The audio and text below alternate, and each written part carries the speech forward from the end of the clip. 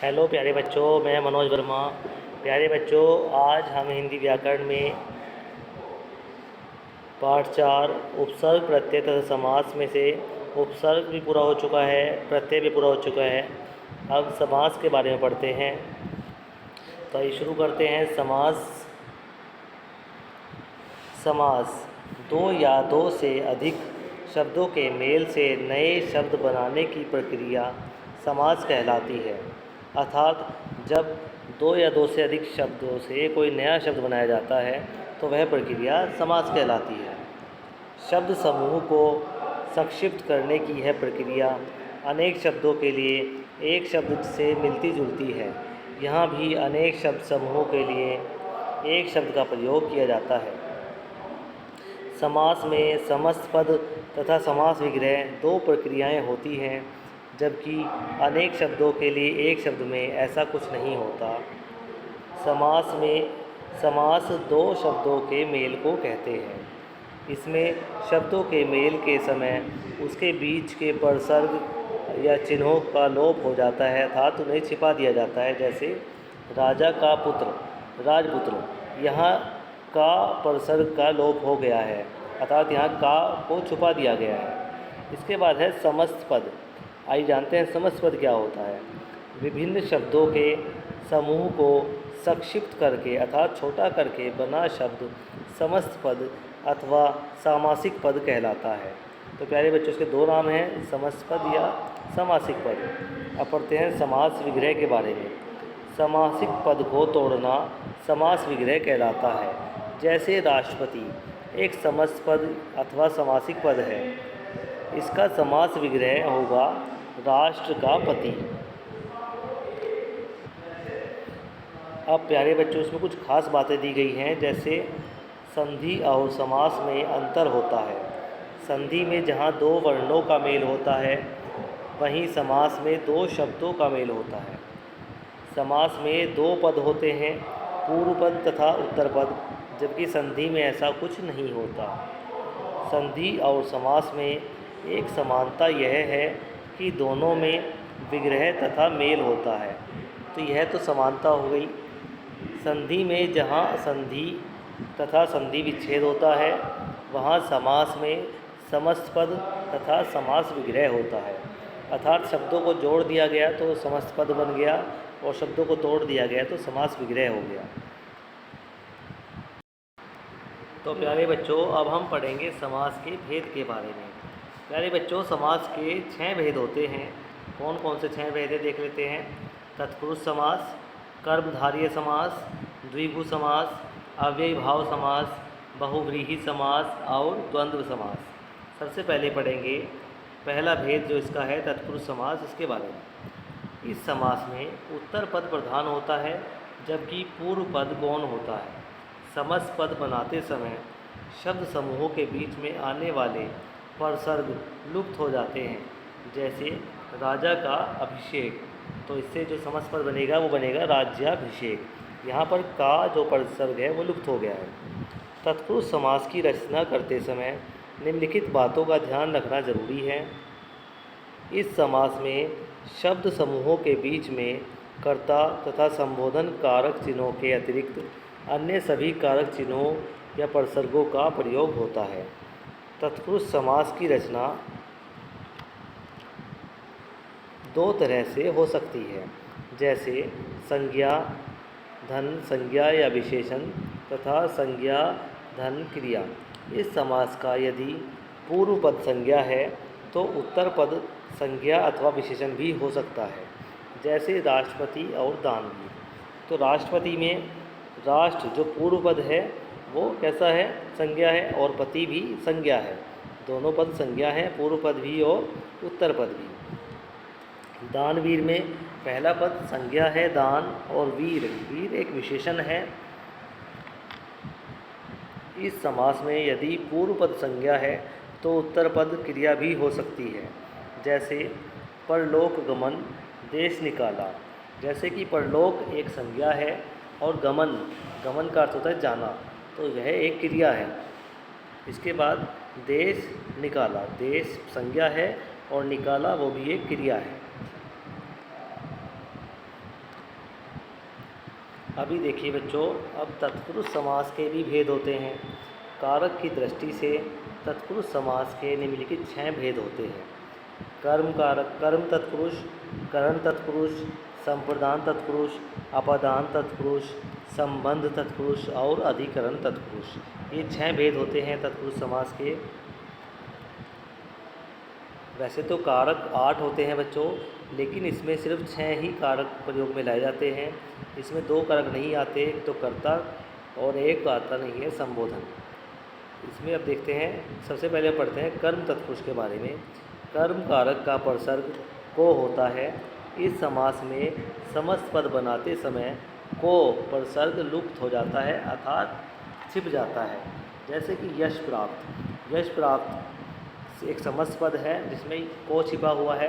जब इसका हम समास विग्रह करते हैं तब पता चलता है कि इसका अर्थ है यश को प्राप्त। इसी प्रकार ग्रामगत, ग्रामगत में भी को छिपा हुआ है, विलुप्त हुआ है, तो ग्रामगत का समास विग्रह होता है ग्राम को गया हुआ। गगनचुंबी, गगन को चूमने वाला। स्वर्ग प्राप्त, स्वर्ग को प्राप्त। वनगमन, वन को गमन। इसके बाद देखिए बच्चों, करण तत्पुरुष अगला मुख्य बिंदु है। करण कारक का प्रसर्ग से तथा के द्वारा होता है। जैसे बच्चों कर्म कारक का जो प्रसर्ग था उसकी पहचान थी को, और इसी प्रकार करण तत्पुरुष की पहचान क्या होती है, से और के द्वारा। इस समास में इन प्रसर्गों का लोप हो जाता है, यानी कि वे छिप जाते हैं। जैसे कि तुलसी कृत, इस समस्पद में क्या छिपा हुआ है, इस समस्पद में द्वारा छिपा हुआ है, तुलसी द्वारा कृत। जन्मांध, जन्म से अंधा या अंधी, उसे हम जन्मांध बोलते हैं। शोकाकुल, शोक से आकुल। बाढ़ पीड़ित, बाढ़ से पीड़ित। मन चाहा, मन से चाहा। भयाकुल, भय से आकुल या व्याकुल। ईश्वर प्रदत्त, ईश्वर द्वारा प्रदत्त या प्रदान किया। हस्तलिखित अर्थात हस्त से लिखित। तो ये इसका बच्चों समास विग्रह होता है। प्यारे बच्चों, कर्म और करण तत्पुरुष के बाद तीसरा भेद होता है संप्रदान तत्पुरुष। संप्रदान कारक का प्रसर्ग के लिए, इसकी पहचान क्या है, इसमें के लिए छिपा रहता है, किसी को कुछ देने के अर्थ में होता है। इस समास में के लिए प्रसर्ग का लोप हो जाता है अर्थात वह छिप जाता है। जैसे कि समस्त पद है मालगाड़ी, तो मालगाड़ी समस्त पद में के लिए छिपा हुआ है। इसका जब समास विग्रह करते हैं तब पता चलता है कि यह है माल के लिए गाड़ी। ऐसे ही रसोई घर, रसोई के लिए घर। विद्यालय, विद्या के लिए आलय। सत्याग्रह, सत्य के लिए आग्रह। राह खर्च, राह के लिए खर्च। स्नान घर, स्नान के लिए घर। देशभक्ति, देश के लिए भक्ति। गौशाला, गौ या गाय के लिए शाला। तो प्यारे बच्चों, आपने देखा होगा कि इन समस्त पदों में के लिए जो प्रसर्ग है वो छिपा हुआ था। अब इसके बाद है अगला मुख्य भेद अपादान तत्पुरुष।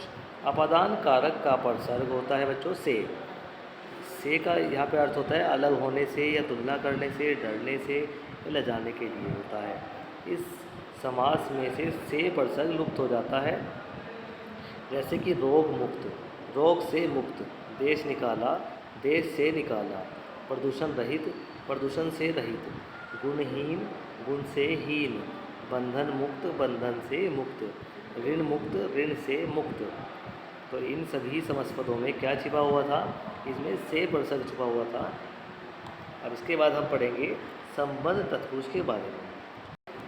देखिए बच्चों, ये है आपका संबंध तत्पुरुष। संबंध कारक के प्रसर्ग का, के, की आदि होते हैं। इस समास की रचना के दौरान ये प्रसर्ग लुप्त हो जाते हैं। जैसे कि समस्त पद है सेनापति, और जब उसका समास विग्रह करते हैं तब पता चलता है ये है सेना का पति। राजाज्ञा, राजा की आज्ञा। राजपुत्री, राजा की पुत्री। पवन पुत्र, पवन का पुत्र। प्रेम सागर, प्रेम का सागर। हरि भक्ति, हरि की भक्ति। गंगा जल, गंगा का जल। घुड़दौड़, घोड़ों की दौड़। देश प्रेमी, देश का प्रेमी। भारत रत्न, भारत का रत्न। तो आपने देखा होगा इन सभी समस्त पदों में का, की, के, ये सभी प्रसर्ग छिपे हुए थे। अब इसके बाद हम पढ़ेंगे अधिकरण तत्पुरुष के बारे में। ये देखिए प्यारे बच्चों, अधिकरण कारक के परसर्ग में पर होते हैं। इसमें जो परसर्ग होते हैं, दो परसर्ग होते हैं इसके, एक तो में होता है और एक पर। इस समास की रचना के समय इन परसर्गों का लोप हो जाता है। जैसे घुड़सवार, घुड़सवार में क्या छिपा हुआ है? पर छिपा हुआ है, घोड़े पर सवार। प्रेम मग्न, प्रेम में मग्न। दही वड़ा, दही में डूबा वड़ा। सिर दर्द, सिर में दर्द। आप बीती, आप पर बीती। शरणागत, शरण में आगत। जलमग्न, जल में मग्न। कला निपुण, कला में निपुण। इन सभी समस्पदों में और पर उपसर्ग परसर्ग छिपे हुए थे बच्चों। इसके बाद अब अगला जो हम पढ़ने जा रहे हैं वह है कर्मधारय समास। तत्पुरुष समास पूरा हो चुका है, इसके बाद आता है कर्मधारय समास। इस समास के दोनों पदों में विशेषण विशेष्य अथवा उपमेय उपमान का संबंध होता है तथा उत्तर पद प्रधान होता है। उत्तर पद का से अर्थ है बाद का अर्थ। जैसे कि महादेव, महादेव में उत्तर पद देव है और पूर्व पद है महा, तो इसमें देव जो है वो ही इसमें प्रधान है, तो इसलिए समास विग्रह है महान है जो देव। क्रोधाग्नि, क्रोध रूपी अग्नि। चरण कमल, कमल के समान चरण। महात्मा, महान है जो आत्मा। कुपुत्र, बुरा है जो पुत्र। प्रधानमंत्री, प्रधान है जो मंत्री। महाराजा, महान है जो राजा। नरसिंह, नर रूपी सिंह। भला मानस, भला है जो मानस। चंद्रमुख, चंद्र के समान मुख। नील गाय, नीली है जो गायें। घनश्याम, घन के समान श्याम। तो प्यारे बच्चों, आज आपको यहीं तक के ये समास पढ़ने हैं। कल आपको समास के अगले भेदों के बारे में पढ़ाया जाएगा। धन्यवाद।